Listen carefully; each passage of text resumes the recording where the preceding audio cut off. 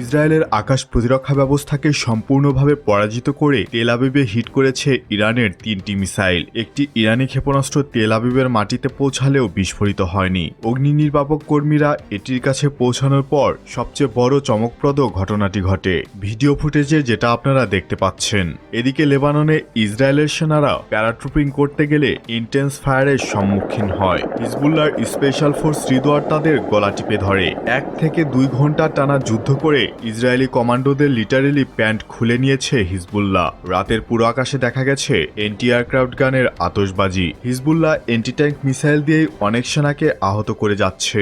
এরকম প্রতিরোধ ইসরায়েল আশা করেনি। ইরানি ড্রোন হামলার পর ইরাকের বসরায় অবস্থিত একটি মার্কিন লজিস্টিক স্থাপনায় ভয়াবহ অগ্নিকাণ্ডের ঘটনা ঘটেছে। কেবিআর মূলত এমন একটি লজিস্টিক নেটওয়ার্কের গুরুত্বপূর্ণ অংশ যা মধ্যপ্রাচ্য সহ বিভিন্ন অঞ্চলে মার্কিন সামরিক উপস্থিতিকে কার্যকরভাবে সচল রাখতে সহায়তা করে। তাই এ ধরনের স্থাপনায় হামলা মার্কিন সামরিক লজিস্টিক ব্যবস্থার উপর সরাসরি চাপ সৃষ্টি করা কৌশল হিসেবে দেখা হচ্ছে। সৌদি আরবের প্রিন্স সুলতান বিমান ঘাঁটিতে ইরানি ব্যালিস্টিক মিসাইলের সফল আঘাত হয়েছে এবং কুয়েতের মার্কিন আলী আল সালেম বিমান ঘাঁটিতে সফলভাবে আঘাত করেছে ইরানি ড্রোন। নতুন স্যাটেলাইট ছবি প্রকাশ করেছে ইরান। স্যাটেলাইট ছবিতে দেখা যাচ্ছে কুয়েতে অবস্থিত মার্কিন ঘাঁটি আলী আল সালেম এয়ারবেজে ইরানের হামলায় 20টিরও বেশি আঘাত লেগেছে। হামলায় একটি প্যাট্রিয়ট বিমান প্রতিরক্ষা ব্যবস্থা, বিমান রাখার হ্যাঙ্গার, রেডার, মিসাইল লঞ্চার এবং অন্যান্য সামরিক স্থাপনায় আঘাত লেগেছে।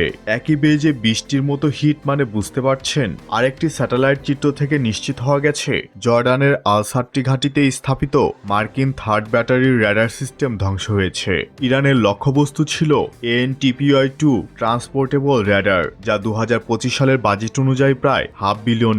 সম্প্রতি মার্কিন গোয়েন্দা সংস্থার একটি চাঞ্চল্যকর তথ্য CNN এর মাধ্যমে প্রকাশে এসেছে। গোয়েন্দা প্রতিবেদন অনুযায়ী চীন সম্ভবত ইরানকে আর্থিক সহায়তা, সামরিক স্পেয়ার পার্টস এবং মিসাইলের বিভিন্ন গুরুত্বপূর্ণ উপাদান সরবরাহ করার প্রস্তুতি নিচ্ছে।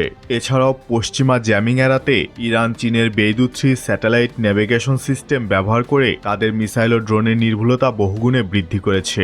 অনেকে প্রশ্ন করে থাকেন, আমেরিকা ইসরায়েলের হামলায় ইম্প্যাক্ট এত বেশি কেন আর ইরানের মিসাইলের ইম্প্যাক্ট এত কম কেন? বিমান থেকে সরাসরি বিস্ফোরণ টার্গেটে ফেলা হয়, টার্গেট কাছে হয় বিস্ফোরণ এত বেশি হয়। মিসাইল সিস্টেমে ড্যামেজ কম হয় কারণ এটি দীর্ঘ পথ পাড়ি দেয় এবং এতে বুস্টার ইঞ্জিন থাকে।